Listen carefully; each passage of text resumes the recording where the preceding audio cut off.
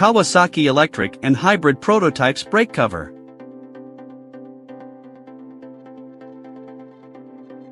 Last year, Kawasaki revealed plans to electrify all of its motorcycles in developed markets by 2035, and also have at least 10 electric or hybrid models in the range by 2025.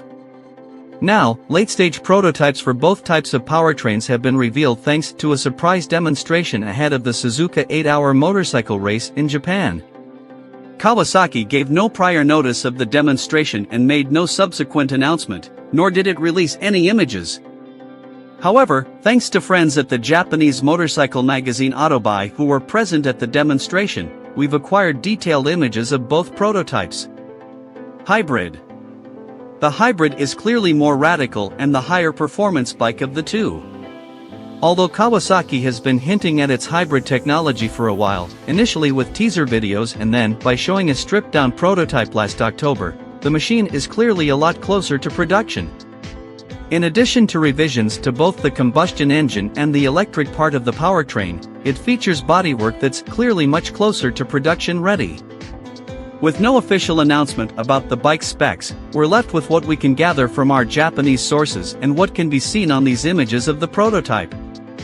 The combustion engine is based on the parallel twin design used in the Ninja 250 and Ninja 400, although their internal dimensions are different, the two are externally identical. The latest prototype gained new castings for the engine covers on both sides, perhaps hinting at more changes within. All indications point to the fact that the bike uses the larger 399 cubic centimeters version of the twin from the Ninja 400 and Z400. Its exhaust system appears identical to the version on each of those bikes, with a longer muffler and slightly different downpipes compared to the 249 cubic centimeters Ninja 250/Z250 variant. The presence of dual front disc brakes is another change from the 2021 prototype, which had a single pedal-shaped disc, and further evidence that the bike uses the larger engine. Allied to a power boost from an electric motor, it could potentially have performance on a par with the larger, internal combustion-only Ninja 650, which appears to have lent the hybrid its fork, front fender, and brake calipers. Visually, the nose has obvious Kawasaki styling elements, although the green-tinted headlight was clearly added purely for show, while the rear section is quite bulky. That's because there's a 48-volt battery to power the hybrid system lurking under the seat. A smaller 12-volt battery is also fitted, powering the conventional elements of the bike's electrical system. The hybrid setup features an electric motor mounted above the transmission, just below the intake tracks of the IC engine and linked to the gearbox via its own electronically controlled clutch. This allows the electric drive element to be engaged and disengaged as needed. While the transmission is a relatively conventional design internally, and believed to be a 6-speed, it has no shift lever or hand-operated clutch. Instead, there's a push-button shifter on the left handlebar. By essentially making the transmission semi-automatic, Kawasaki can smooth the transition between electric power and internal combustion drive.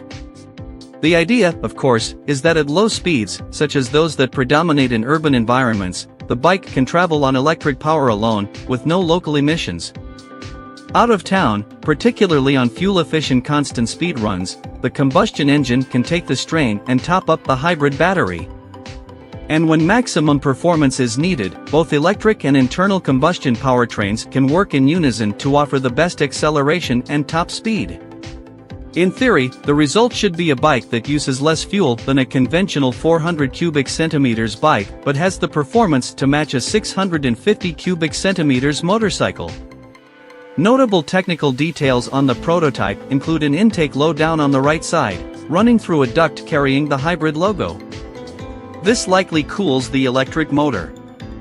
On Kawasaki's earlier prototype, the motor was liquid-cooled, with a second radiator below the main water radiator at the front of the bike. While liquid cooling is still likely for the electric powertrain, it seems the radiator has been shifted to the rear, nearer the motor and out of sight behind the bodywork. Kawasaki is no stranger to unique technology. It remains the only mainstream motorcycle company to offer a range of bikes with forced induction in its supercharged H2 machines.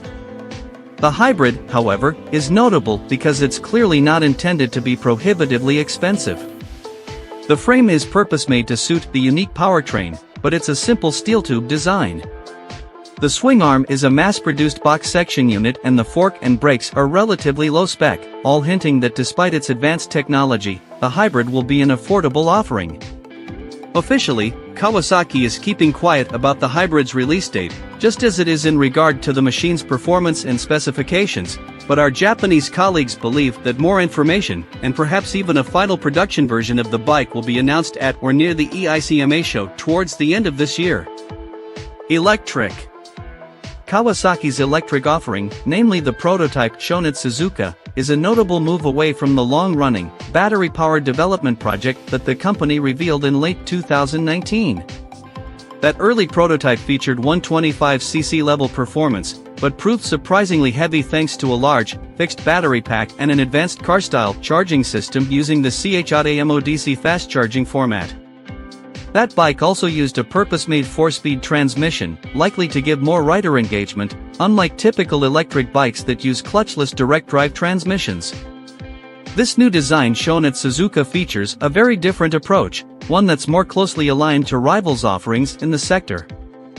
It ditches the oversized battery pack and the multi-speed transmission, swapping in a much smaller, and potentially swappable, battery along with a direct-drive, single-speed powertrain. Like the hybrid prototype at the same event, the EV has a simple steel frame and box section swing arm, plus off-the-shelf suspension, wheels and brakes to help keep costs down. Its electric motor and reduction gearbox look less production-ready than the hybrid bike's powertrain, with elements that are machined from billet aluminum and others that appear to be sandcast prototype parts. Much of the bodywork is lifted from existing bikes. The headlight, front fender, side panels and tail are all from the Z250 or Z400, for instance. Those bits will likely change before production, as Kawasaki will want its first pure electric street bikes to be instantly recognizable. A few noticeable details include a battery case that hangs down at an angle ahead of the motor. It looks like the top of the fuel tank can either swing open or be removed, hinting that there may be swappable battery packs underneath it. Kawasaki, alongside Honda, Suzuki and Yamaha, have already hammered out a design specification for a common 48-volt swappable battery for electric bikes, opening the door to a network of battery swap stations that would eliminate the need for fast chargers and the expensive and bulky on-bike electronics that they require. Kawasaki is expected to have two 125cc equivalent electric bikes on the market in the US in 2023, one a fared sports model, the other a naked Z like the prototype seen here. Whether they turn out to be derived from this prototype or the earlier design with the multi-speed transmission remains unknown at this stage, but this bike would likely be less expensive and lighter weight than the earlier version, making it more tempting for urban riders who are likely to be the target customers. As always with new technology, the big question hanging over both the electric and hybrid Kawasaki projects is whether buyers will be persuaded by the combination of price, performance, and practicality that the machines can offer, and whether they can stack up against the more conventional competition already in the market. Kawasaki appears to be taking a low-cost approach, and with high fuel prices pushing a growing number of people towards electric transport, these might be coming at just the right time.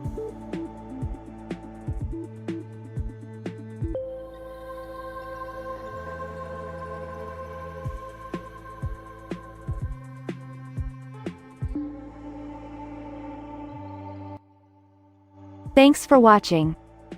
Drop a like, leave a comment, and don't forget to subscribe to watch more videos like this.